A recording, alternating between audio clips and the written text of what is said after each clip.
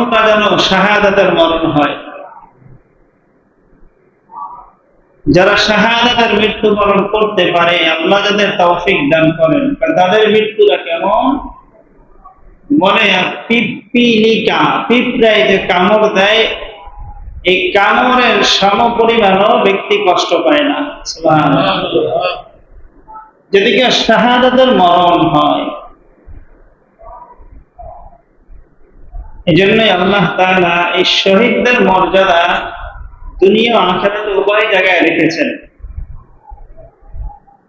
ولا تحسبن الذين قتلوا في سبيل الله أمواتا بل أحياء عند ربهم يرزقون। আল্লাহ বলেন, দুনিয়ার মানুষ, তোমরা শহীদদেরকে মৃত্যু মনে করিও না, ধারণা করিও না যে তারা মৃত্যু। ওয়ালা তাহসাবান্নাল্লাযীনা কুতিলু ফী সাবিলিল্লাহি আমওয়াত, যারা আল্লাহর রাস্তায় জীবন দিয়েছেন। শহীদের অনেক প্রকার আছে, কথা বোঝেন নাই?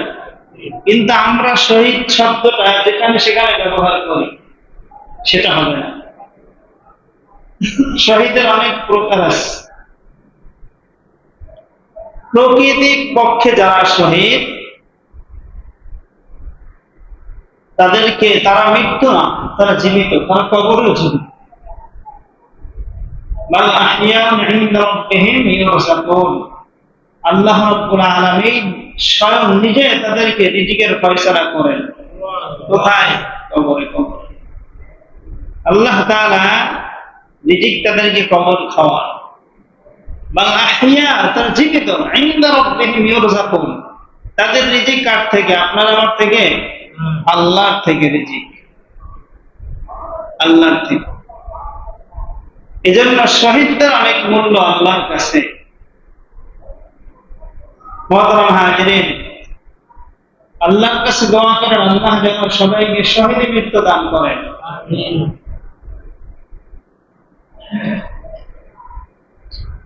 তো বলতেছিলাম, গত সপ্তাহে আমরা আলোচনা করেছিলাম যে একটা মানুষের মৃত্যু কেমন হয়, ভালো মানুষের মৃত্যু কেমন হয়, খারাপ মানুষের মৃত্যু কেমন হয়।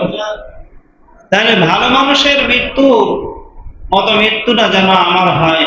ভালো মানুষ, এর জন্য দুনিয়ার সবাই কাঁদে, শুধু মানুষ না, পশু পাখি থেকে শুরু করে এই দুনিয়ার মাটি পর্যন্ত তার জন্য কাঁদে। মাটি সবসময় আকাঙ্ক্ষা করতে থাকে ভালো মানুষের জন্য, তুমি আমার গর্ভে আসো, আমার পেটে আসো, আমার পেটে আসো।